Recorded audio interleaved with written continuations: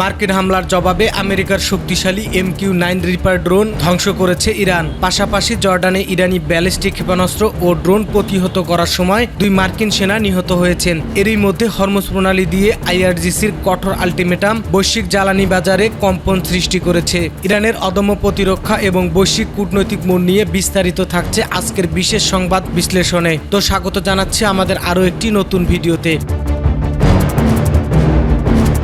আকাশপথের লড়াইয়ে মার্কিন দম্ভ আবারও ধুলোয় মিশিয়ে দিয়েছে ইরানের ইসলামিক রেভলিউশনারি গার্ড কর্পস বা IRGC।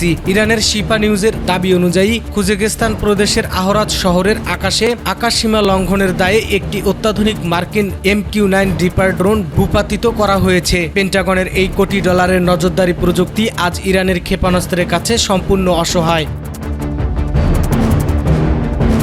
সংঘাতের এই উত্তপ্ত পরিস্থিতি জর্ডানেও। আন্তর্জাতিক বার্তা সংস্থা রয়টার্সের চাঞ্চল্যকর প্রতিবেদন অনুযায়ী জর্ডানে ইরানি ব্যালিস্টিক ক্ষেপণাস্ত্র ও ড্রোন প্রতিহত করার সময় 2 মার্কিন সেনা নিহত হয়েছেন এবং আরও একজন নিখোঁজ রয়েছেন। এই হতাহতের ঘটনা ট্রাম্প প্রশাসনের জন্য এক বড় সামরিক ধাক্কা হিসেবে দেখা হচ্ছে।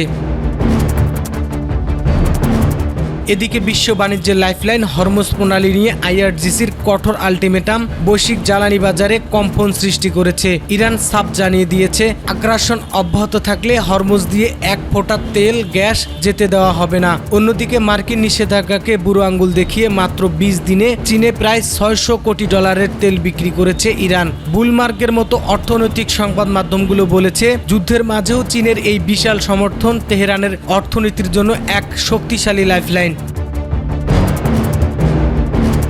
কূটনৈতিক মঞ্চেও ইসরায়েলি প্রধানমন্ত্রী বেঞ্জামিন নেতানিয়াহুর জন্য দুঃসংবাদ অপেক্ষা করছে। নিউ ইয়র্কের রাজনৈতিক ব্যক্তিত্বের জোহরান মাদানি সাফ জানিয়ে দিয়েছেন, ওয়ারেন্টের ভিত্তিতে সেপ্টেম্বরে জাতিসংঘ অধিবেশনে এলে নেতানিয়াহুকে গ্রেপ্তারের আইনি পদক্ষেপ নেওয়া হবে। দর্শক, মাঠ পর্যায়ের এই সামরিক সাফল্য এবং আন্তর্জাতিক চাপ কি তবে আমেরিকা ও ইসরায়েলকে পিছু হটাতে বাধ্য করবে? এই প্রতিটি ঘটনা প্রমাণ করে যে আধিপত্যবাদের দিন শেষ হয়ে আসছে। জুলাই 2026-এর এই ঐতিহাসিক পরিবর্তনগুলোর আপডেট পেতে আমাদের চ্যানেলটি সাবস্ক্রাইব করে আমাদের সাথে থাকুন।